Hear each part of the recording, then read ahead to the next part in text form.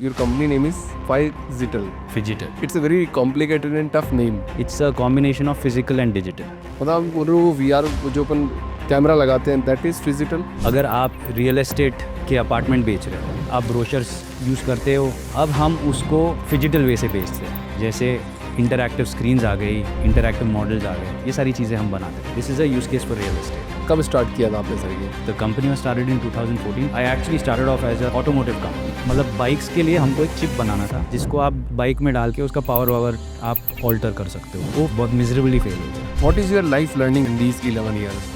You just have to not give up, you just have to keep going. ये never give up वाला attitude मेरे dad से आया, और मेरे डैड एक्चुअली तो ये बात एक और प्रूवन होगी इस पॉडकास्ट के अंदर आज कि काम तो करते रहना पड़ेगा, और जो आपको चीज़ें मिलती है सबसे पहले परिवार से मिलती है।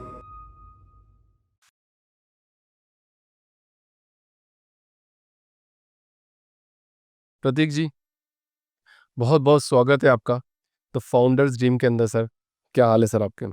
All good, super. Feeling good.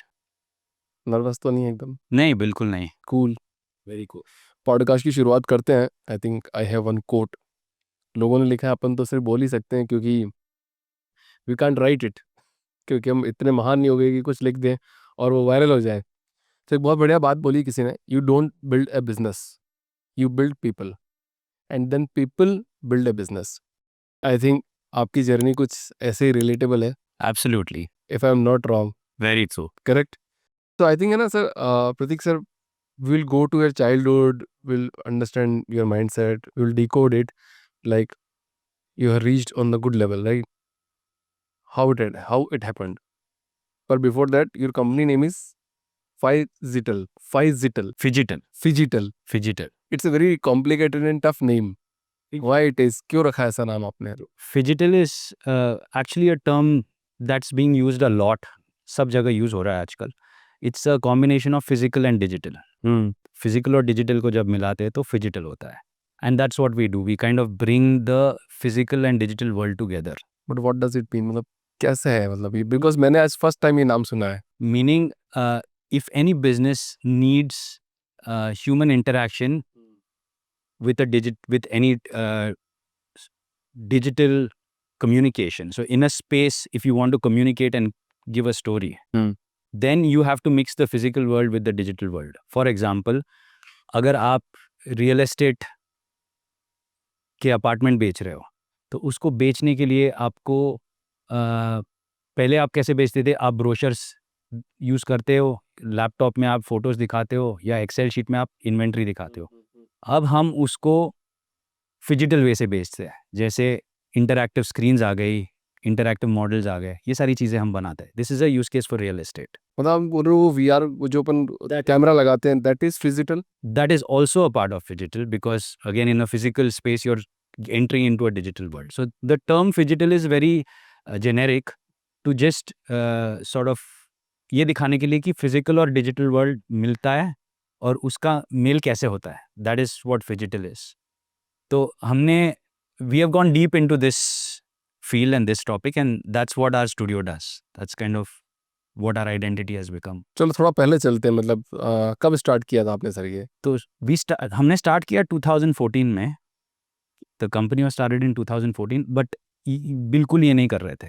2014 में ये नहीं कर रहे थे? बिल्कुल नहीं कर रहे थे। Wow. और ये बिल्कुल, this was not at all what we started off doing. I actually started off as a automotive company. हम, because I am an automotive engineer, तो I used to work at Bosch, and मुझे नहीं करना था, job नहीं करनी थी। Simple बात है, because I come from a business family. My father was a businessman also. तो I was working at Bosch and I got out and we started this company with another person from Bosch, and our goal was to create an automotive product. हमको मतलब bikes के लिए हमको एक chip बनाना था जिसको आप बाइक में डाल के उसका पावर वावर आप ऑल्टर कर सकते हो। वो हमने बनाने की कोशिश की थी, वो फेल हो गया, बहुत मिजरेबली फेल हो गया। तो that led to us figuring out कि पैसा कैसे कमाना है। करेक्ट। तो उस डेवलपमेंट में हमने थोड़ा कुछ सॉफ्टवेयर पे काम किया था। तो वो सॉफ्टवेयर को लेके, उस एक्सपीरियंस को लेके मैंने कहा कि ठीक है, चलो सॉफ्टवेयर बेचते, कुछ ना कुछ बना के कस्टम सॉफ्टवेयर बेचेंगे। तो वो वहाँ से जर्नी शुरू हुई। तो हमने सॉफ्टवेयर बनाना शुरू किया। तो मैं जाके बेचता था और वो जो मेरा को फाउंडर था वो बनाता था। तो फिर वो कंप्लेन करने लग गया कि आप इतनी सारी अलग अलग चीज़ें क्यों बेच रहे हो। तो मैंने मजाक मजाक में बोल दिया कि तुम अगर इतनी अलग अलग चीज़ें तो ऐसी चीज़ कोई बनाओ जिससे सारी चीज़ें बन जाए, कुछ ऐसा प्रोडक्ट बनाओ जिससे सारी चीज़ें बन जाए। तो that created the base of what we do today. तो हमने एक ऐसा प्लेटफॉर्म बनाया, सॉफ्टवेयर प्लेटफॉर्म, जिससे हम सारे टच एप्लीकेशंस ईजिली बना सकते थे। So it kind of we created our own no code tool with which we could create all these solutions. तो वो बना तो कस्टमर बोलने लगे कि सॉफ्टवेयर आपने बना लिया तो हार्डवेयर, कौन सा हार्डवेयर डालेंगे। तो फिर हमने हार्डवेयर पे काम शुरू किए। तो हार्डवेयर पे काम शुरू किया तो कस्टमर ने बोला कि आप हार्डवेयर हमको दे रहे हो तो स्पेस कौन डिज़ाइन करेगा। तो हमने स्पेसेस डिज़ाइन करना शुरू किया। स्पेसेस डिज़ाइन करना शुरू किया तो कस्टमर ने कहा कि आप स्पेस डिज़ाइन कर रहे हो, एग्जीक्यूशन कौन करेगा। तो हमने एग्जीक्यूशन शुरू किया। तो हम मतलब ऑर्गेनिकली पहुंचे यहाँ पे, ऐसा कुछ प्लान नहीं था। The need of the hour was to do what we did and we kind of got to this point. Customer को सुन सुन के आपने अपना प्रोडक्ट बिल्ड किया है, बट कितना टाइम लग गया सर इसमें? 11 साल लग गए। It took 11 years. 8 साल तो लॉसेस में ही चलाई कंपनी, पुश करते करते, और फिर सब कुछ चेंज हो गया। मैं अपने सारे जितने भी व्यूअर्स हैं सबको बार बार हर पॉडकास्ट में सेम बात बोलता हूँ कि बिजनेस आप सोचते हो कि एक दिन में बनाया जा सकता है। हाँ, मैं बोलता हूँ एक दिन में बनाया जा सकता है, पर एक दिन के पीछे वो 8 साल की मेहनत है। Again proven. This is what is overnight success ना।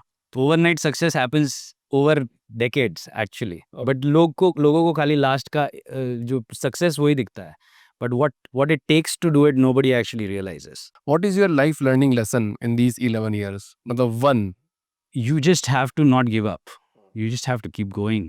But how you are getting the money, motivation, how? ये नेवर गिव अप वाला एटीट्यूड मेरे डैड से आया है। और मेरे dad actually, I lost him in 2017 and I lost him to a auto immune disease. मतलब द डिजीज़ ऐसी थी कि उसको मोटो न्यूरॉन डिसऑर्डर बोलते हैं। डिजीज़ ऐसी थी कि डॉक्टर ने कहा कि 3 साल का टाइम है। तो 3 साल के टाइम में जब उनको पता था कि he is going to leave, उनका मतलब last even 2 days before he passed away, he was still working. When his hands were not working, he didn't have speech. वो पाँव से लिख के बोलते थे कि क्या काम करना है। मतलब उस टाइम तक he was active and he kept pushing. तो I have seen this happen in my house and I have seen it in front of my eyes. तो वो mentality मेरे अंदर भी है and I know that no matter what happens, give up नहीं करना है. So that is kind of how we pushed till here and we've gotten till here. मतलब ये बात एक और प्रूवन हो गई इस पॉडकास्ट के अंदर आज कि काम तो करते रहना पड़ेगा, और जो आपको चीज़ें मिलती है सबसे पहले परिवार से मिलती है। 100%. Your family, you will get everything what ever. और अगर अच्छी चीज़ है तो भी परिवार से मिलेगी, बुरी चीज़ है तो भी वो परिवार से मिलेगी फर्स्ट। Yes. पहला शिक्षक माँ बाप होते हैं। And Yes. You missed your dad? Yeah. I mean, मैं I was a मैं बचपन में मेरी बहुत अच्छी लाइफ थी। मतलब मैं 11th स्टैंडर्ड में मेरे पास स्पोर्ट्स कार थी, क्योंकि मेरे डैड का गाड़ियों का बिजनेस था। तो एक्चुअली क्या है, गाड़ियाँ ऐसी चीज़ है कि आपको बहुत, मतलब car can make you look very rich. It's kind of that kind of a thing. So although I was not the richest kid in the college, in my school and college, I looked like the richest kid because I had the cars. मैंने I think मेरे engineering में कम से कम 50-60 car change की होगी, क्योंकि हमारा business था तो मैं अलग अलग कार लेके जाता था कॉलेज। तो that was my life. I had a very very good life. I was also a very good student, so I had a very good life. And फिर सब कुछ चेंज हो गया। When my dad fail sick, everything changed because everything came suddenly, just crashed. उनका business बंद हो गया और हमारा जो एक्सपेंस था, उनका मेडिकल का एक्सपेंस, वो बहुत ज़्यादा बढ़ गया। And I had to switch. मतलब मेरा उल्टा है। मेरे को मैं बहुत इजी लाइफ से हार्डशिप आई मेरे को, ऐसे हार्डशिप से इजी नहीं हुआ। ये तो और टफ हो गया। हाँ, तो इजी लाइफ से बहुत हार्डशिप आई, फिर वापस I built it up to where I am today. कौन से ईयर की बात कर रहे हैं अपन? 2014-15? 2000, हाँ 14 अराउंड, हाँ 14-15। जस्ट मैंने जब कंपनी शुरू की थी तब बहुत स्ट्रगल था मेरे लाइफ में। When I actually started the company, my dad had just been diagnosed. तो it was at the same time that I was starting my company and at the same time my dad was sick and at the same time ये सब कुछ हो रहा था। तो शुरू के कंपनी के फाउंडिंग के 4-5 साल इसी में गए, ये मतलब पर्सनल इश्यूज़ को सॉल्व करने में, फाइनेंशियल इश्यूज़ को सॉल्व करने में और कंपनी को आगे बढ़ाने में, ये सारा सब साथ में चल रहा था। कौन से ईयर में पिकअप किया था, इन विच ईयर? तो 2018 में हमको एक ब्रेक मिला because we got Prestige Constructions as a client, which was also very very मतलब राइट, क्या बोलते हैं उसको, at being there at the right time, right?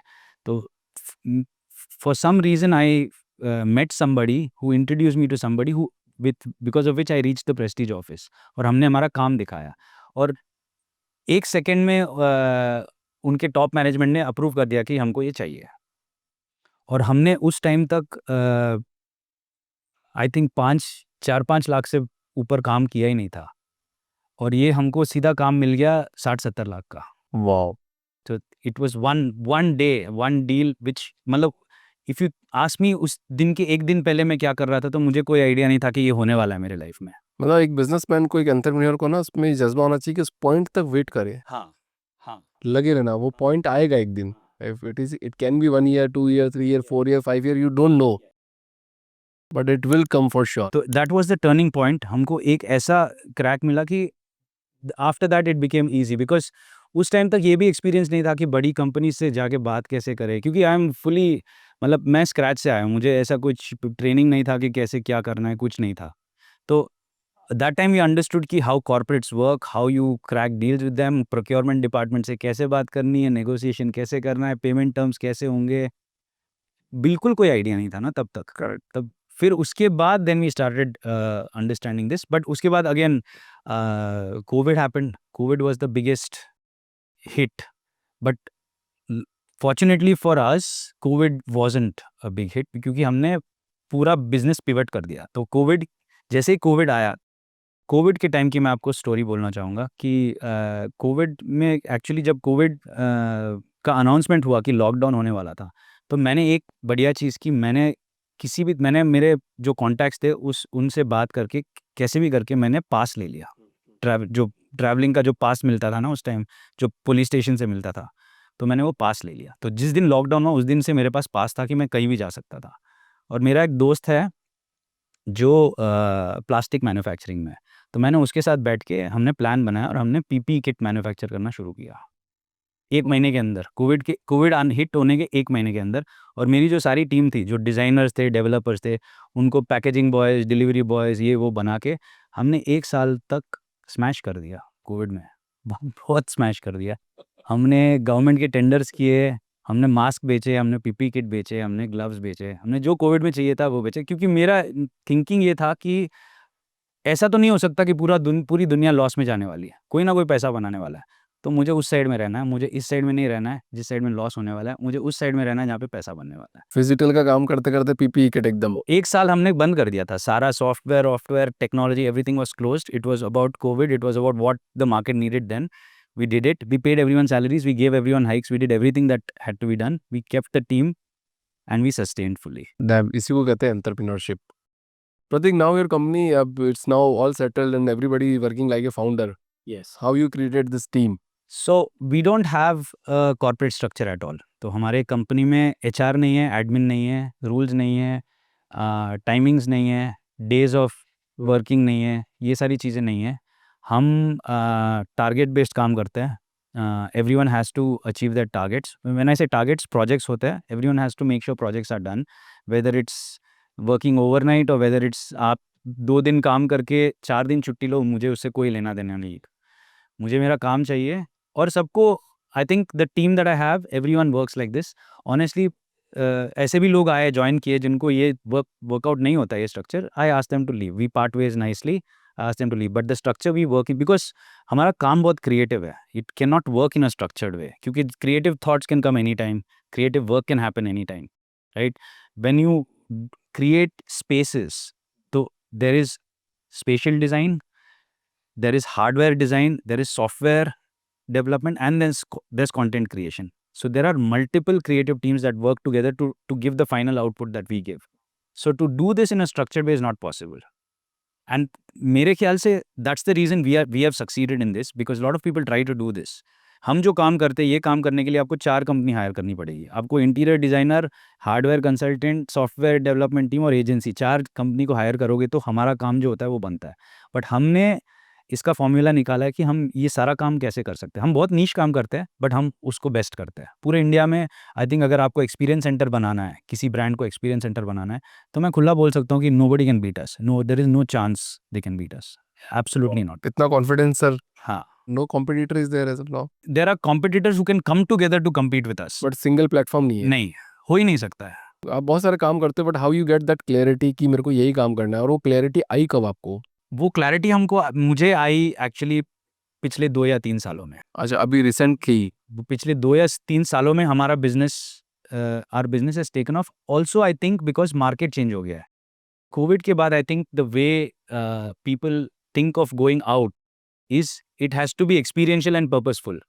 मतलब अगर मैं जा रहा हूँ, फॉर एग्ज़ाम्पल हम रिटेल में भी काम करते हैं, राइट? अभी आप रिटेल स्टोर में जाओगे तो इट्स ऑल बिकमिंग फिजिटल। आपको रिटेल में भी इंटरैक्टिव कैटलॉग्स मिलेगी। आप जैसे मैकडॉनल्ड्स में जाते हो तो आपका फूड ऑर्डर स्क्रीन पे होता है। That is a phygital experience, okay, right? That is a phygital that is a experience. जैसे फिजिटल एक्सपीरियंस। पेपर फ्राई जो फर्नीचर का शोरूम है, जी, वहाँ पे भी आप जाके चेक करते हो। that's a phygital experience, right? So anything where you're interacting physically on a digital thing and you're figuring out something, that's a phygital experience. तो ये trend has taken off because after COVID, I think the mentality is अगर मैं बाहर जा रहा हूँ तो उसका कुछ वैल्यू होना चाहिए, नहीं तो मैं घर पे बैठ के ऑर्डर कर सकता हूँ, राइट? तो for example let's just take retail as an industry. If I want to buy something, easiest way for me to buy is buy it online. If I am going to a place to buy it, अगर मैं दुकान पे जा रहा हूँ तो उधर कुछ एक्सपीरियंस होना चाहिए, कुछ वैल्यू होना चाहिए उस चीज़ का। मैं मेरी गाड़ी में बैठ के पेट्रोल खर्चा करके उधर जा रहा हूँ, तो I have to get something in return, otherwise I can order it in my house. So what is that thing that the store can give me as an experience? That's what we go and solve for brands. अच्छा, fashion के अंदर कैसे evolve होगा? Because जैसे अभी जैसे snitch हो गया, नया ब्रांड आया, वो भी उनका भी एक फैशन, लोग जा रहे हैं कपड़े खरीद रहे हैं, और मतलब डब्ल्यू फॉर वुमेन, जी, इतने सारे ब्रांड्स हो गए। तो ये तो फिजिक इतना कोई एक्सपीरियंस देते नहीं है, आप आओ कपड़े खरीदो और जाओ, but still people are buying it. I think it's a business need also. Like it depends on the brand. अब जैसे Snitch also is actually a close friend's brand. Siddharth is a very close friend of mine. तो they have not created interactive catalogs maybe, but आप देखोगे कि snitch के store में आपको सीधा पहले डिजिटल होर्डिंग ही दिखेगा। आपको बहुत सारा वीडियो कंटेंट दिखेगा, आपको बहुत सारा कंटेंट दिखेगा जिसमें उनकी अलग अलग लॉन्चेस और सारी चीज़ें दिख रही है, right? So when I say phygital, it doesn't mean only interactive, it also means signages, screens, content कहाँ पे चल रहा है, पूरा जो डिजिटल एक्सपीरियंस होता है एक जगह का, उसको फिजिटल बोलते हैं। तो ये तो it is everywhere now. If you walk into a mall, you will see 2000 screens in a mall, right? जहाँ पे एड चल रही हैं, जहाँ पे सर्कुलर एलईडीज है, these are all phygital experiences. So the more we are progressing, the more number of screens that are going to come in the market, the more phygital experiences that are going to be created. Absolutely right. मतलब एक बात और करते हैं पे ना कि design को, मतलब ऐसे बोला जाता है कि डिज़ाइन तो फ्री है ना, सब बोलते हैं कि डिज़ाइन का कोई क्या पैसा देना आपको। ये तो आपको भी पता होगा, आप भी क्रिएटिव आदमी हो। पर मैं आई थिंक चलो मुझे पता है, बिकॉज अपन दोनों बिजनेस कर रहे हैं। मैं भी छोटा बिजनेस कर रहा हूँ, आप बड़ा बिजनेस कर रहे हो, आप बड़ा business- जो भी एक्स वाई जेड है, बट लोगों के पर्सपेक्टिव ऐसा है कि यार जैसे बना है, हाँ, ये तो 10 रुपए का है ना, हाँ। बट व्हाट अबाउट दिस, कि इसकी जिसने डिज़ाइन बनाई होगी, इसने सोचा होगा कि ये मम्मी का फोटो आएगा, what do you think about it? तो ये बहुत बड़ी चैलेंज रही है हमारे जर्नी में।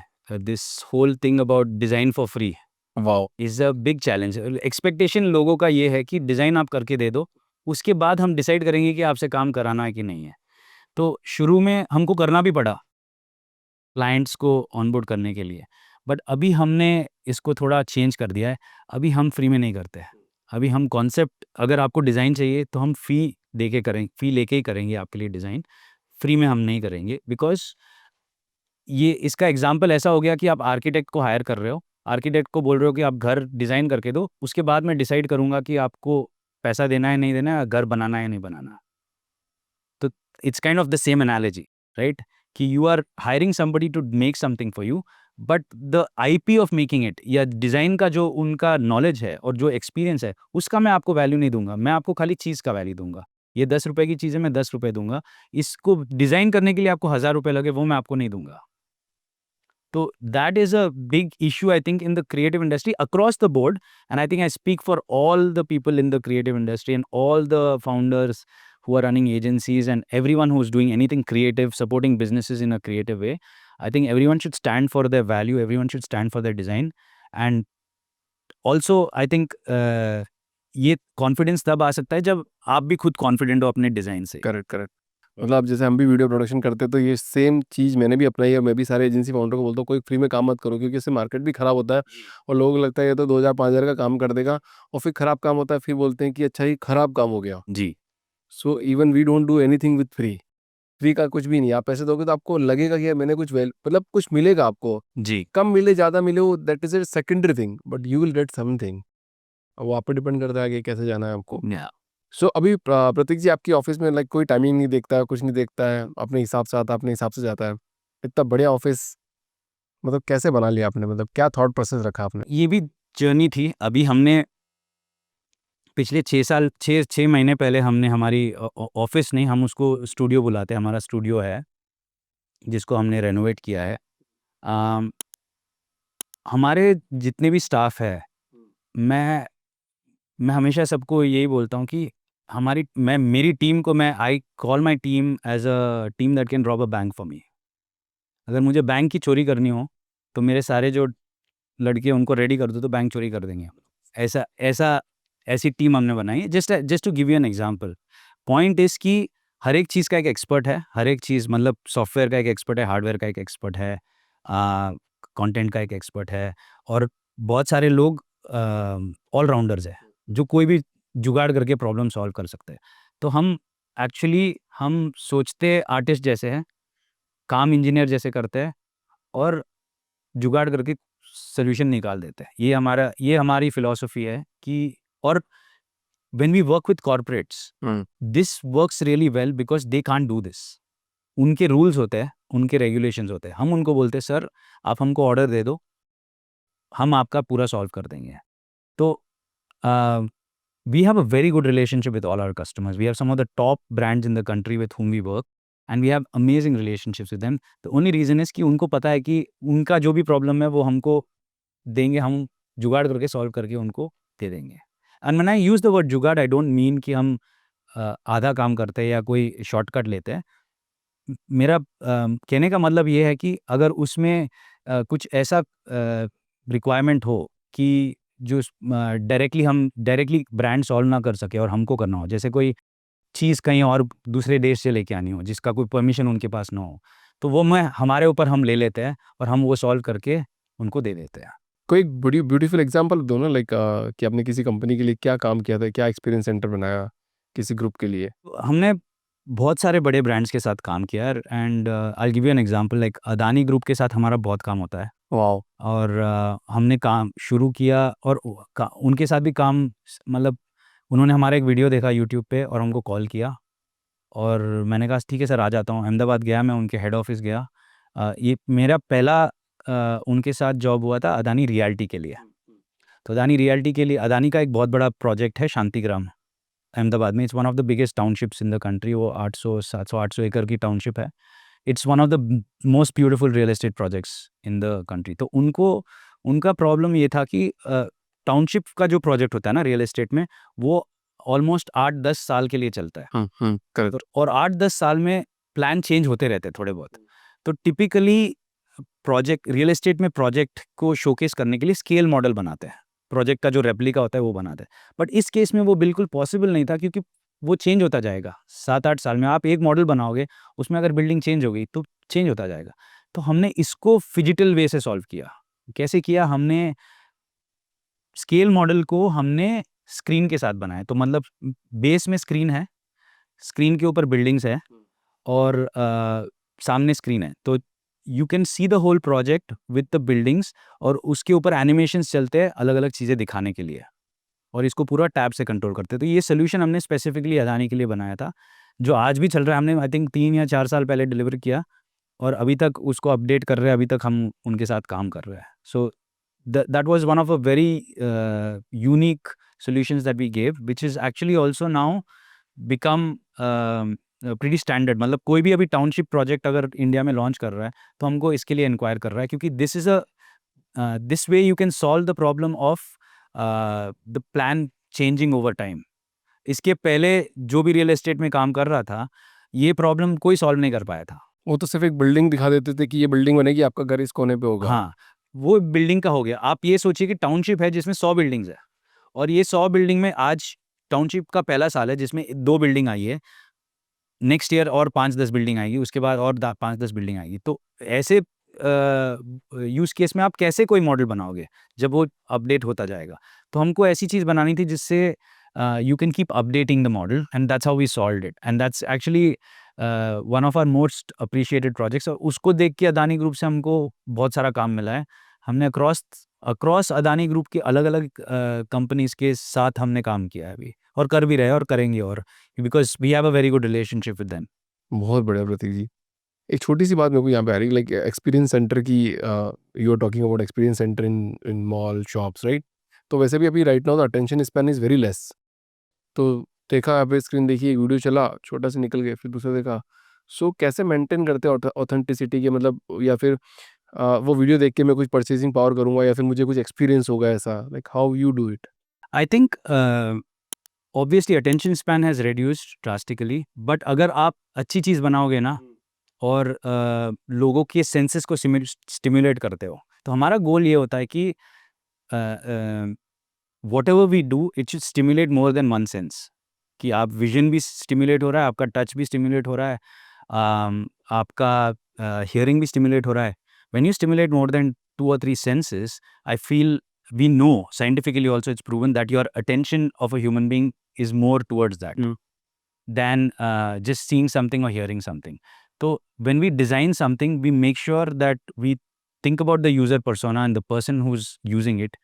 जो भी यूज़र है उसके हिसाब से हम डिज़ाइन करते हैं। जैसे फॉर एग्जांपल मैं आपको सिंपल एग्जांपल देता हूँ। ऑब्वियसली इंस्टाग्राम पे वगैरह 5-5 सेकंड की या 10-10 सेकंड की रील चलती है। बट अगर आपके जैसे पॉडकास्ट बनाते हैं, लॉन्ग फॉर्मेट पॉडकास्ट, जिसमें वैल्यू है और जिसमें एसेंस है और जिसमें किसी को कुछ एजुकेशन मिल रहा है या कुछ ऐसी चीज़ मिल रही है जिससे वो प्रोग्रेस हो, correct. They will watch for 40 minutes, they will watch for 1 minute, 1 hour also. So I think कि ये डाइल्यूट इसलिए हो गया क्योंकि लोग खाली व्यूज़ के चक्कर में छोटे-छोटे वीडियो बना के, और ये जो हुकी वीडियो बना के जो चल रहा है, वो नैरेटिव बन गया है कि आजकल शॉर्ट फॉर्मेट चलता है। बट मेरे हिसाब से अगर आप जेन्युइनली कुछ अच्छी चीज़ बनाओ, तो लोग टाइम स्पेंड करेंगे। देखेंगे आप। हाँ, देखेंगे। तो इसका I think the key is to make something good. लोग अभी आजकल I think the mentality is कि कुछ भी बनाओ और व्यूज़ लेके आ जाओ। Because of that it's become this, but I feel like if you make something really good, then people will watch. प्रतीक जी, मैंने तो फाउंडर्स ड्रीम की शुरुआत ही इसीलिए करी, और मैं बता रहा हूँ, सबसे बिजिएस्ट पर्सन कौन होता है? एक फाउंडर, करेक्ट? आप भी हमारा पॉडकास्ट देखते हो, सारे फाउंडर हमारा पॉडकास्ट देखते हैं, मतलब दुनिया का बिजिएस्ट पर्सन अगर मेरा पॉडकास्ट बैठ के देख रहा है, दैट मीन्स हमने एक वैल्यू एडिशन क्रिएट किया है मार्केट के अंदर, और यहाँ पे एक छोटी सी कम्युनिटी बिल्ड हो गई है। सारे एस्पायरिंग फाउंडर्स जो बनना चाहते हैं, जो बन गए हैं, और जो बिलियन डॉलर कंपनी चला रहे हैं, everybody is watching our podcast. वो मेरी बात सुनते हैं, मेरी बात सरकार तक भी पहुंच जाती है कई बार। तो एक बात करते हैं सेल्फ डिसिप्लिन की, उससे पहले बात करेंगे, आपने इतने सारे टैटू बना रखे हैं सर, मेरे को ये जानना है, मेरे को भी बहुत इच्छा थी टैटू बनवाने की, पर मेरे को ये माइंडसेट जानना है कि लोग टैटू बनवाते ही क्यों हैं, और बनवाते भी हैं तो इतना सारा क्यों बनवाते हैं?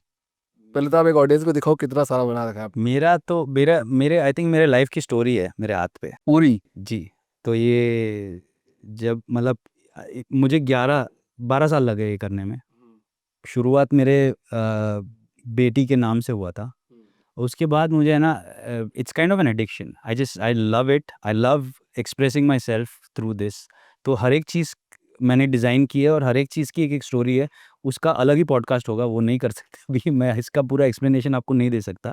बट द पॉइंट इज़ कि it's me expressing my self, and it's the story of my life that I have here. और इसमें ऐसी भी चीज़ें डाली है जैसी जो मुझे पता है कि चेंज नहीं होगी। जैसे for example I show you a small one. यहाँ पे लिखा है इंटेंशन। ये मैंने इसलिए लिखा है just to remind myself कि कोई भी चीज़ आप करो तो इंटेंशन के साथ करनी चाहिए। अगर आप नहीं करो, जैसे आपको पहाड़ के ऊपर जाना है, आपका इंटेंशन ही नहीं है तो आप कैसे जाओगे? It's so everything starts with intention. If you have the intention to do it, then you will do it. So I have kind of put, मैंने ऐसी चीज़ें डाली है जिससे मुझे रिमाइंडर हो कि क्या, मतलब किस तरह से रहना चाहिए और क्या करना चाहिए. बट क्यों बनवाते एक टैटू, मतलब इतना हाथ पे क्यों बनवाया जाता है? क्या माइंडसेट होता है उस टाइम पे? मेरा, I mean, I don't know about others, मैं खुद की बात कर सकता हूँ. मैं बहुत स्ट्रगल कर रहा था और मैं रास्ते ढूंढ रहा था कि मैं कैसे बाहर निकलूँ इसके अंदर से, जो भी मेरे लाइफ में चल रहा था. तो जब मैंने ये शुरू किया और मैंने खुद के लिए मैसेजेस डालने शुरू किए, it started improving my life. That's kind of वो हुआ मेरे साथ और उसकी वजह से ये कंटिन्यू हुआ एंड और होगा भी. आई थिंक मे बी और भी होने वाला है. I don't- मतलब जो भी टैटू बनवा रहा है वो अपने आप को एक्सप्रेस कर रहा है एक तरह से, अपने आप को. जी, जी. Is it right word? Yes, it's a way of expression, 100%. वो भी, पर नॉट टू अदर्स, बिकॉज मैं तो समझ नहीं पाऊंगा ना. Not to others. मैं जैसे अगर it is just for us. मैं पहली मीटिंग में जाता हूँ क्लाइंट के साथ तो मैं फुल स्लीव पहन के जाता हूँ, नहीं तो वो डर जाता है कि क्या कौन आया है. तो पहली मीटिंग में मैं नहीं दिखा सकता. But it is for myself, it is not to show anybody else. It is definitely not. थोड़ा फिट लग रहे हो आप, मार्शल आर्ट वगैरह करते हो, बॉडी वॉडी भी अच्छी जी. बना रखी है. तो मार्शल आर्ट का आपने सीखा है? हाँ, मेरा ट्रेनर है. तो मेरे एक्चुअली मल्टीपल ट्रेनर्स हैं. मैं डिसिप्लिन में बहुत बिलीव करता हूँ, मतलब रूटीन में और डिसिप्लिन में बहुत बिलीव करता हूँ. बिकॉज मैंने खुद देखा है कि जब मैं एक ही चीज़ रोज़ करता हूँ, रोज़ उठ के रोज़ वो रोज़ वही रूटीन, रोज़ सेम चीज़ जब करता हूँ, मेरी प्रोडक्टिविटी बहुत हाई होती है. और ये मैंने लास्ट 3 साल में मैं बहुत ज़्यादा इंटेंस ट्रेनिंग कर रहा हूँ और बहुत ज़्यादा फोकस्ड ट्रेनिंग कर रहा हूँ और उससे मेरे बिजनेस में, मेरे पर्सनल लाइफ में बहुत ज़्यादा इम्पैक्ट आया है. I have a much very very healthy personal life, very very healthy business life. Everything is on track because मैं सारा डिफ़िकल्ट काम सुबह कर लेता हूँ, तो उसके बाद सब ईजी हो जाता है क्योंकि मैं जिम्नास्टिक्स और मार्शल आर्ट्स करता हूँ. I'm 39 years old and it's very difficult for anybody to be doing flips and jumping and doing all this at 39. But ये करने से मुझे ये समझ में आया है कि आपको टाइट कब होना चाहिए और लूज़ कब होना चाहिए. मार्शल आर्ट्स में आपको यही सिखाते हैं कि आप when do you become stiff and when do you become loose. इसको अगर आप लाइफ की एनालॉजी लेंगे तो इट टीचेस यू कि आपको कोई सिचुएशन में स्ट्रेस कब लेना चाहिए और कब नहीं लेना चाहिए. जैसे आप पंच अगर करते हो तो आपको लूज़ होना पड़ेगा if you want the most effective punch. आप जब पंच को लैंड करते हो तभी आपको स्टिफ होना है एकदम लास्ट में, तब उसका सबसे ज़्यादा इफेक्ट आता है. Similarly any situation, if you start stressing out much before hand, आपका कोई प्रॉब्लम आ रहा है, उसको आप अगर बहुत पहले से स्ट्रेस ले रहे हो तो आपका इतना इम्पैक्ट, मतलब you are losing out because you are losing energy. Being stiff you are losing energy. So this whole training has taught me how to deal with situations and how to deal with life, and I think it's had a huge impact on my business for sure. I think there is a life funda for you, right? अब मुझे शायद अपन बात करें तो still बता रहे, what is your life funda? I mean, मेरा life funda बहुत सिंपल है. I focus on sleep, food and exercise. ये that's the only 3 things I focus on. बाकी सब उसके अराउंड हो जाता ये नहीं करते अगर, और अगर आप ये तीनों फंडे नहीं अपनाते, स्लीप, फूड और एक्सरसाइज, और अभी आप बिजनेस कर रहे होते, तो विल देयर एनी डिफरेंस? है. फॉर माई सेल्फ एटलीस्ट, मैं जिस तरह से रहता हूँ 100% मेरी एफिशिएंसी कम होती, क्योंकि मेरी एफिशिएंसी कम थी जब मैं ये नहीं करता था. अभी मैंने बहुत स्ट्रिक्ट रूल्स बना दिए कि मेरा सीक्वेंस ये है of priority: sleep, food, training, family, business, उसके बाद सोशल लाइफ. ये 6 चीज़ें मैंने इसी प्रायोरिटी के हिसाब से मैं करता हूँ. सोशल लाइफ लास्ट में आती है मेरी. सबसे पहले स्लीप, उसके बाद फूड, उसके बाद एक्सरसाइज, उसके बाद फैमिली, उसके बाद बिजनेस, उसके बाद सोशल. ये मेरा स्ट्रक्चर है और ये मैं, I think this is the way I am going to lead my life. Obviously this is not for everyone, अलग अलग लोगों का अलग अलग अप्रोच होता है, बट मेरा अप्रोच ये है और this keeps me very happy and very sane and very fulfilled. Right. अच्छा, आपने ऑफिस बनाया, मतलब एकदम कूल ऑफिस बनाया जहाँ पे कभी भी कोई भी आ जा सकता है, क्रिएटिव माइंडसेट के लोग होते हैं. There is an another world, corporate world, जैसे मेरा ऑफिस आपने देखा होगा. सो 2 डिफरेंट सिनेरियो है. आपने बोला था कि you have also started the same corporate structure जहाँ पे एचआर है, देन सेल्स हेड है, वीपी है, सब कुछ एक स्ट्रक्चर बनाया. That didn't work out for you, yes. Correct? And the other approach worked out for you. तो क्या कोई अपन को जो एस्पायरिंग फाउंडर्स देख रहे हैं जो कुछ बनाना चाहते हैं, तो उनको एक कॉर्पोरेट अप्रोच अपनानी चाहिए, या फिर जिस तरह का ऑफिस आपने एनवायरनमेंट क्रिएट किया है, एक मस्ती मज़े वाला माहौल, वो अपनाना चाहिए? How they should build their empire? I think जो आपकी एज अ फाउंडर जो आपका कल्चर है और जो आपकी ऑथेंटिसिटी है उसको आप कभी जाने नहीं देना एज अ फाउंडर। मेरा इशू ये हुआ था कि मैंने भी obviously as a entrepreneur rules होते हैं बिजनेस की कि आप बड़ी ऑफिस बनाओगे और आपका मैनेजमेंट होगा और आपका सेल्स हेड होगा। मुझे भी लगा कि यही होता है, तो इसीलिए मैंने किया। ऐसे मैंने सोचा नहीं था कि ये सही है गलत है, लगता ये था कि यही करना है, ये ऐसे ही होता है business. You learn this with maturity. जैसे आप काम करते हो और जैसे आप जर्नी में जाते हो तब आपको पता चलता है कि क्या आपके लिए वर्क कर रहा है और नहीं कर रहा है। मैंने ऑनेस्टली सब करते इसलिए मैंने किया, बट मेरे लिए पूरा फेल हो गया जब मैंने कॉर्पोरेट स्ट्रक्चर बनाया था। तो it was so difficult to run the show that I had to let go of everyone. मैंने literally I had to let go of everyone, change the structure of the company और वापस scratch से शुरू किया। तो मतलब almost company का rebirth हुआ और तब जाके सब कुछ चलने लगा। And I think the message to everyone is there is no rules. There are no rules in business. There is no way in business. There is no template. There is nothing that you can follow as a standard and solve your problem. You have to figure it out. You have to get up every day, go bang your head on the wall, fall, get up again, go next day, bang your head again on the wall. And that's the only way you can learn. There is no other way. And you have to love to go and bang your head the next day again. It's the only way. Absolutely right. मतलब business का सब बोलते हैं कि there should be a rule book, autopilot mode पे चल जाता है। I have done the podcast with Sanjeev sir, मतलब naukri.com के फाउंडर। मतलब मैंने उनसे पूछा कि sir, have you seen any business which is running autopilot? बोला, अभिषेक आपने देखा है क्या? मैं कहा, सर मैंने नहीं देखा है, आपको थोड़ा ज़्यादा टाइम हो गया, आपने देखा है क्या? नो। नहीं, इम्पॉसिबल है। बोला, आपके काम डेलीगेट हो सकते हैं but still you have to fight every single day exactly. कि आपको मार्केट में बरकरार रहना है, नहीं तो और ग्रो भी करना है ना। हाँ। आप ऑटो पायलट का मतलब क्या है कि गाड़ी चल रही है। करेक्ट। गाड़ी किसको as an entrepreneur, if you are an entrepreneur you want to go further and faster. The goal. Autopilot word को हटा देना चाहिए। सॉरी टू इंटरप्ट, आपकी बात पूरी करते हैं, बट ऑटो पायलट वर्ड हटा देना जी चाहिए। 100%। आई मीन ये एटलीस्ट मेरे डिक्शनरी में तो नहीं है और होगा भी नहीं, क्योंकि मैं तो पायलट होने वाला ही हूँ। मैं कभी कभी ऑटो पायलट में तो नहीं चलाएंगे गाड़ी। Because auto pilot like I was saying, auto pilot का मतलब ये है कि स्टडी चल रहा है। स्टडी किसको चलाना है? हमको तो और फास्ट जाना है, हमको तो और दूर जाना है, तो ऑटो पायलट में कैसे चलेगा? ऑटो पायलट में तो एक स्पीड फिक्स हो जाएगी। एंटरप्रेन्योर सुन लो कि मतलब 500 की स्पीड पे चल रहा है, 600 की स्पीड पे चल रहा है, बट उसमें आपको दबाना तो पड़ेगा। जी। And you are that person जो उसको थोड़ा सी स्पीड अप कर सकते हो। करेक्ट, 100%। अच्छा, देर आर टू पीपल, ठीक है? एक तो है इंजीनियर, ब्रिलियंट इंजीनियर्स, और एक है ब्रिलियंट डिजाइनर्स, क्रिएटिव्स का है। ये दोनों को साथ में नहीं रखा जा सकता है, एक रूम में नहीं रखा जा सकता, बिकॉज दोनों का एक होता है काम करने वाला और एक होता है कि नहीं नहीं यार वो आइडिया आ रहा है ऐसा करने वाला। सो दोनों के गैप को आप कैसे ब्रिज करते हो? मतलब बिकॉज ये सबसे टफ टास्क है। आई वुड से 2015 तक मैं खुद को बोलता था कि मैं इंजीनियर हूँ। Because I'm an engineering student, I've done my engineering and I've done my masters in automotive, and मैं purely engineering student हूँ और and I have a full engineering background। और मुझे लगता था कि मैं इंजीनियर हूँ। बट जब मैंने ये जर्नी शुरू की तब आई स्टार्टेड रियलाइजिंग कि ठीक है, मैंने डिग्री की है और मैंने इंजीनियरिंग पढ़ी है, but actually I am a creative person from with in. तो मेरा थोड़ा यूनिक सिचुएशन है कि मैंने पढ़ा इंजीनियरिंग है बट मैं क्रिएटिव पर्सन हूँ। तो मैं दोनों पर्सपेक्टिव समझता हूँ कि इंजीनियर क्या सोचता है और डिज़ाइनर को क्या चाहिए।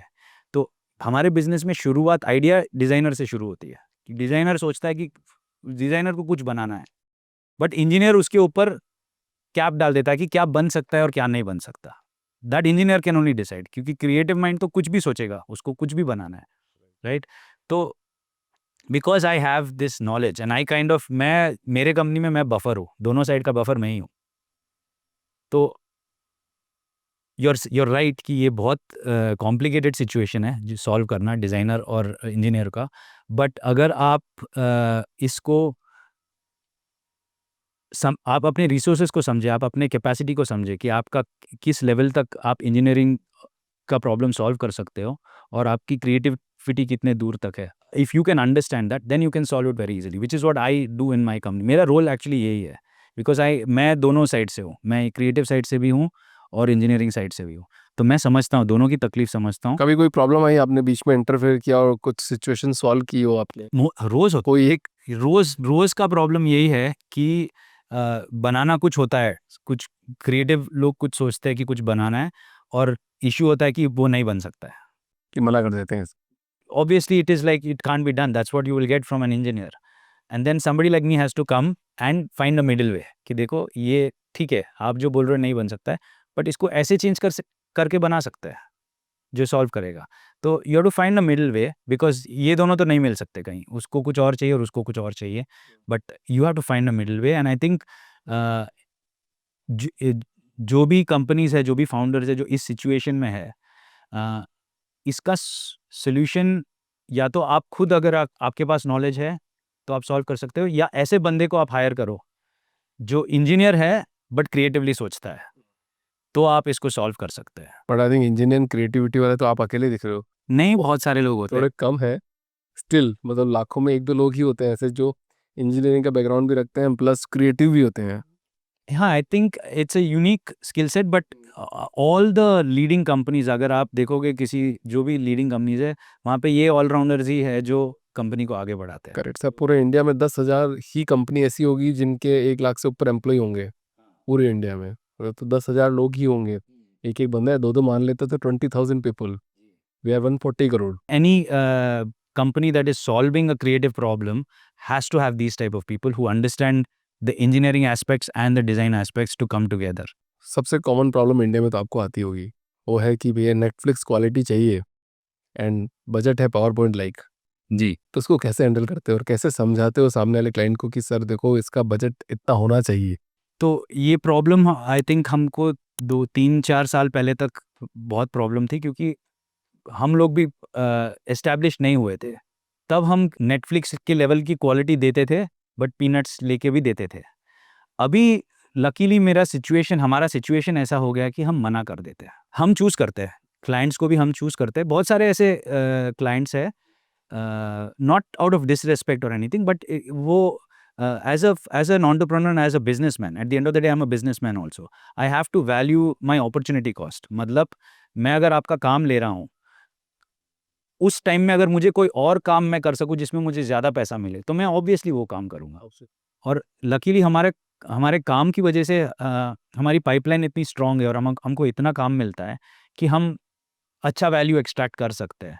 तो जब हमको कोई कम वैल्यू के प्रोजेक्ट्स मिलते हैं, तो हम डिक्लाइन कर देते हैं कि हम नहीं कर सकते, because it's an opportunity cost for the company. And at the end of the day I run a company and I have people who have to pay, and it's my responsibility to make them grow also. That means profitability of the company is my responsibility, because everyone who works with us, we kind of have a very strong sort of community driven culture, right? What I mean by that is, मैं आपको example देता हूँ. जैसे मैं personally मेरे employees के, if my employee is having a kid, we support with that. If an employee is getting married, we support with that. If somebody's lost a parent, we support. I'm giving you these examples क्योंकि ये सारी चीज़ें हुई है. जैसे for example मेरे company में एक one of my employees, he lost his dad and he wanted to take off for 2 months. तो 2 महीने की छुट्टी तो हम देते हैं उसको, और 2 महीने की पगार एक्स्ट्रा देते हैं उस पीरियड में, because it's needed at that point. So we build that kind of a culture, right? तो the point I am trying to make is, जब ऐसा कल्चर बनाते हैं और उनको बढ़ाने की भी रिस्पॉन्सिबिलिटी अपने ऊपर है, मेरे ऊपर है, तो मुझे काम भी ऐसा करना है कि मैं प्रॉफिटेबिलिटी बढ़ाऊं, ताकि इन सब लोगों की भी लाइफ अच्छी हो. डिसिप्लिन अगर है किसी भी बंदे में, थोड़ा टाइम लग सकता है क्योंकि वो अपने किसी के हाथ में नहीं है, बट आपको सक्सेस का तो मिलना तय है.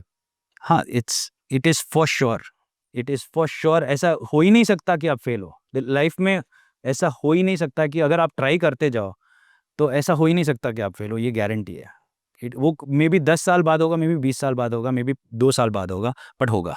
तो हमारे सारे व्यूअर्स के लिए जो भी एस्पायरिंग फाउंडर्स बनने वाले हैं, उनके लिए एक बहुत सॉलिड कोटेशन आपकी तरफ से. आप अगर बहुत डार्क स्पेस में हो, आपको पता नहीं है कि क्या करना है, आप एटलीस्ट नेक्स्ट स्टेप ले सकते हो. आप जैसे अगर आप बहुत घने जंगल में हो और बिल्कुल अंधेरा है और आपको पता नहीं कि क्या करना है, आप एटलीस्ट नेक्स्ट स्टेप देख के ले सकते हो, वो स्टेप ले लेना चाहिए। डर के आपको, अगर आप स्टेप नहीं लोगे तो आप कहीं नहीं बढ़ सकते। तो पॉइंट ये है कि just don't give up, just keep going. It it you can't fail, you cannot fail. I've seen it with my own eyes. I've experienced it with my own experience and my own journey. You can never fail if you just take the next step. उसके बाद आपको और 4 रास्ते मिलेंगे या 8 रास्ते मिलेंगे या 2 रास्ते मिलेंगे, बट आप एक स्टेप आगे लोगे तो आपको रास्ता मिलेगा। आपको स्टेप लेना पड़ेगा।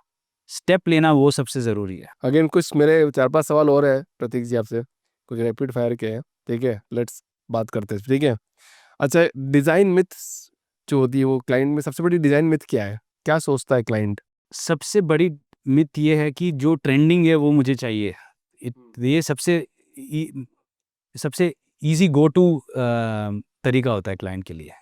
रेफरेंसेस जो देते हैं या जो जो मार्केट में चल रहा है वो उनको चाहिए, but that probably doesn't solve the problem for what they want to solve. तो ये नॉर्मली होता है कि हमको ये चाहिए, ये चल रहा है मार्केट में, ये चाहिए, बट हम बैक ऑफ कर लेते हैं। हम बोलते हैं कि आपका जो प्रॉब्लम है उसके लिए सॉल्व करेंगे, ट्रेंड के हिसाब से नहीं चलेंगे। जैसे डॉली चायवाला जी चल रहे हैं, राजू कलाकार जी चल रहे हैं, तो क्लाइंट को वो चाहिए कि मुझे ये लाके दे दो। तो we kind of focus on the problem and try to solve the problem and not go with the trends. जैसे भी आप मॉल वगैरह में जाते हो तो वो एंगेज नहीं कर पाते हैं, बट आप उसमें ऐसा क्या फिक्स कर रहे हो जिससे एंगेजमेंट रेट बढ़ जाएगा? तो पहली बात तो हम रिटेल में जस्ट अभी हमने काम शुरू किया है। हमारी मेन इंडस्ट्री रियल एस्टेट है। तो रियल एस्टेट में अगर आप देखोगे across the country, top brands from Bangalore, top brands in Bangalore, we work with them. Bombay में शाहपुर जी के साथ काम करते हैं हम, अदानी के साथ काम करते हैं अहमदाबाद में, हमने माई होम के साथ काम किया है हैदराबाद में, हमने M3M के साथ किया है दिल्ली में, सब जगह हमने काम किया है। रियल एस्टेट एक ऐसी चीज़ है कि जो प्रोडक्ट है रियल एस्टेट का, जैसे अपार्टमेंट या विला या प्लॉट जो भी है, वो आदमी का सबसे एक्सपेंसिव परचेज होता है लाइफ में। उसका वो जितना जो भी आदमी होगा उसका सबसे एक्सपेंसिव परचेज रियल एस्टेट है। So when you are buying something so expensive, you obviously the decision making is very important. To make that decision you obviously need lot of information. अभी पहले क्या होता था, इन्फॉर्मेशन लीनियर फॉर्मेट में देते थे, जैसे ब्रोशर हो गया पेज 1 पेज 2 पेज 3 पेज 4, या पीपीटी हो गया slide 1 slide 2 slide 3 slide 4। But product खरीदने में डिसीजन मेकिंग ऐसे ऐसे नहीं होती डिसीजन मेकिंग, क्योंकि आप लीनियरली नहीं जा सकते। आदमी जब खरीद रहा है तो उसको कभी बालकनी से क्या व्यू होगा वो क्वेश्चन पूछेगा, फिर पूछेगा कि एमिनिटीज़ कहाँ पे है, फिर पूछेगा कि रेट कितना बढ़ गया। So there are it has to be a dynamic presentation, right? तो हम क्या करते हैं, हम रियल एस्टेट क्लाइंट्स के पास जाके we try to solve the problem so that the तीन तीन तीन एस्पेक्ट से हम प्रॉब्लम सॉल्व करते हैं। एक तो डेवलपर को क्या स्टोरी बोलनी है कस्टमर को कंसिस्टेंटली, मतलब अगर उसके 10 सेल्स वाले हैं तो सारे 10 सेल्स वाले सेम स्टोरी कैसे बोलेंगे? उसके लिए उनको टूल्स चाहिए। तो वो उसका रिक्वायरमेंट वो है। सेल्स वाले का रिक्वायरमेंट ये है कि व्हाटएवर द कस्टमर नीड्स, 2 या 3 क्लिक के अंदर वो इन्फॉर्मेशन उसके पास आना चाहिए। जैसे टावर ए में मुझे यूनिट नंबर 3 का प्राइसिंग चाहिए, तो वो मैं 1-2 बटन दबा के मेरे पास आना चाहिए। इसके पहले मे बी 5-10 साल पहले आपको एक शीट में या तो ढूँढना पड़ेगा उसको प्राइसिंग को, या एक्सेल शीट खोल के, या मैनेजर को कॉल करके पूछोगे कि सर इसका मैं क्या रेट बोलूँ? ये प्रोसेस होते थे। हमने क्या कर दिया है, हमने उनको इतना सिंपल सॉल्यूशन करके दिया है कि वो 1 या 2 बटन में ये इन्फॉर्मेशन उनको मिल जाती है। तो डेवलपर के लिए उसकी स्टोरी सॉल्व हो गई, सेल्स वाले के लिए उसका इन्फॉर्मेशन सॉल्व हो गया, और कस्टमर के लिए उसकी डिसीजन मेकिंग सॉल्व हो गई। क्योंकि if you are buying something, if I give you all the information that you need, आपको जो-जो इन्फॉर्मेशन चाहिए अगर वो मैं आपके सामने रख दूँ, तो आप डिसाइड कर लोगे। अगर आपको मना भी करना है तो आप जल्दी मना करोगे। तो अगर आप जल्दी भी मना करोगे तो डेवलपर के लिए तो वो एडवांटेज ही है, मतलब उसका तो पैसा बचेगा। अगर 10 कस्टमर है और 10 कस्टमर आपको 10 दिन के लिए लटका के रख रहे हैं, डिसीजन नहीं ले रहे, तो that is loss for you. Absolute right. But if you give the right information to them and they can make the decision yes or no very quickly, then that's solving a big problem for you. And that's what we try to solve. प्रतीक जी, मतलब while talking to you मेरे को आप बहुत authentic and trustful बंदे लग रहे हो। मैं बहुत बार पॉडकास्ट करता हूँ, बहुत लोगों से मिलता हूँ, तो वो क्या बोलते हैं, क्या मैं क्लाइंट का नाम नहीं बताना चाहता। क्यों? क्योंकि उनको डर लगता है कि वो सही है ही नहीं है, कि मतलब वो क्लाइंट के साथ में काम किया ही नहीं किया, बिकॉज क्लाइंट अगर देख ले पॉडकास्ट, अगर कोई बता, क्योंकि ऐसा तो नहीं है ना कि आपका क्लाइंट कोई चुरा के ले जाएगा, नहीं कोई नहीं लेके जा सकता। बोले कि sir there is some confidential issue कि हम, हमारा कोई एग्रीमेंट है कि हम नाम नहीं तो बता सब सकते। आप जब मेरे को लिंक भेजोगे मैं सबको भेजने वाला हूँ कि सर मैंने आपका नाम लिया है, देखो इसके अंदर, ऑब्वियसली, बिकॉज मैंने, लाइक आई सेड, हमने है ना ऑर्गेनिकली पहुंचे हम यहाँ पे, ऐसे नहीं कि किसी ने कॉल करके हमको रेफरेंस दिया, ऐसा कुछ नहीं। हमारा वीडियो देखा यूट्यूब पे या हमारा काम कहीं और देखा और उसके लिए बुलाया हमको, हमारे काम के लिए बुलाया। और मैं खोल के दिखा सकता हूँ कि ये मेरा काम है, किसी को कॉपी करना है कर सकते हो, बट वो नहीं कर पाएंगे मेरे जितना, because that's I am an artist. मेरा आर्ट कौन कैसे कॉपी कर लेगा? वो उनका आर्ट होगा, वो मेरा आर्ट नहीं होगा, उसमें मेरा टच नहीं होगा। मैं जो काम करता हूँ उसमें मेरा सिग्नेचर होता है, मेरा टच होता है। फिजिटल स्टूडियो का सिग्नेचर होता है उस पे कि ये काम फिजिटल स्टूडियो ने किया है, and that's what we carry with pride. अच्छा, एक्सपीरियंशियल डिजाइन को लेके सबसे बड़ी गलतफहमी क्या है अभी स्टिल? मैं रियल एस्टेट का यूज़ केस लूँगा because obviously this is a easy way to explain. अब जैसे रियल एस्टेट का डेवलपर अगर एक्सपीरियंस सेंटर बना रहा है, तो वो मेरे पास नहीं आएगा, वो आर्किटेक्ट के पास जाएगा।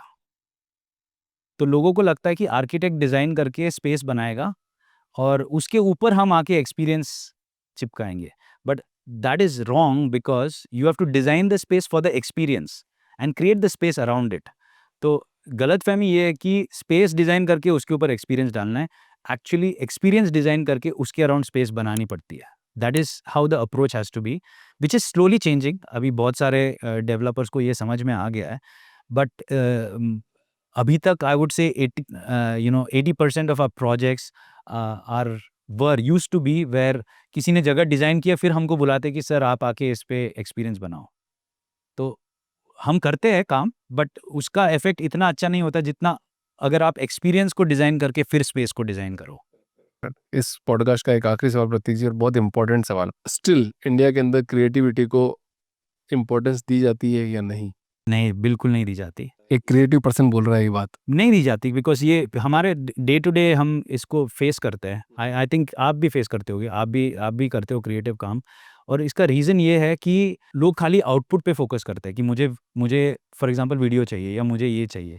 बट उसके पीछे किस एक्सपीरियंस से क्रिएटर उसके ऊपर काम कर रहा है, कितना नॉलेज है उसके पास और क्या-क्या उसके लिए लेके आ रहा है टेबल पे, उसका कोई वैल्यू नहीं देता यहाँ पे। And I have seen a major difference when I work with clients abroad. हमारा मिडल ईस्ट में भी काम चलता है और वहाँ पे क्लाइंट सामने से बोलता है कि आप कॉन्सेप्ट डिज़ाइन का कितना फ़ील हो गया। They tell us beforehand, this is the discussion we have with clients. यहाँ पे हमको झगड़ा करना पड़ता है कि आप कॉन्सेप्ट का पैसा दो हमको। So this is a mindset that we have in our country, unfortunately. But I'm sure it will change. I'm sure it's changing, and I'm sure it will improve as we go because the creator economy overall is increasing in India, and लोगों को समझ में आ रहा है कि creative काम का value क्या होता है। वो धीरे-धीरे अभी आई थिंक बढ़ रहा है और समझ में आ रहा है लोगों को। बहुत बढ़िया Pratik ji, thank you so much for coming in this podcast. काफ़ी इंटरेस्टिंग पॉडकास्ट और आज मुझे भी नई चीज़ का एक्सपीरियंस हो गया। मतलब मुझे इतना खुशी होता है कि मतलब जब भी मैं पॉडकास्ट में बात करता हूँ इतनी क्यूरियोसिटी लेवल मेरा हाई हो जाता है कि मतलब यार ये क्या प्रोडक्ट बनाया, कैसे बनाया, नया प्रोडक्ट, नया माइंडसेट, नई चीज़ें। सो मतलब, और शायद इस पॉडकास्ट के माध्यम हज़ारों लाखों लोगों को भी पता चल रहा होगा कि कितने तरह के प्रोडक्ट है मार्केट में, किसी में भी हाथ डाल दो आप, बट लगे रहो सोना बन जाएगा। नहीं, आपकी आई थिंक आपका तो you have a very unique seat where you get knowledge from everywhere. आपको सब जगह की नॉलेज मिलती है और सब जगह की स्टोरीज मिलती है। आई थिंक उससे ही आपका एनरिचमेंट बहुत होता होगा नॉलेज का। It's a very very I think you very lucky to have figured out this journey for yourself. Touch wood, ऐसे करते हैं, ठीक है, but thank you so much. आपसे बात करके ತುಂಬ ಖುಷಿ ಆಯಿತು। Thank you so okay, much. So ನಾನು ಕನ್ನಡ ಭಾಷೆ ಕಲಿತಾ ಇದ್ದೀನಿ। ಓಕೆ, ಐ ಥಿಂಕ್ मैंने 4 podcast I have done it in Canada? in Kannada. अच्छा, I have started the Founders Dream Kannada podcast channel. Very good. ठीक है, आई थिंक कर्नाटक में founders की जर्नी को बताने के लिए कन्नड़ा में पॉडकास्ट चैनल नहीं है। ನಾವು ಮಾತಾಡ್ಬೋದಾಗಿತ್ತು ಕನ್ನಡದಲ್ಲಿ ಒಂಚೂರು, ನನಗೂ ಬರುತ್ತೆ, but good done anyways. Sir, thank thank you you so so much, much यार। Thank you.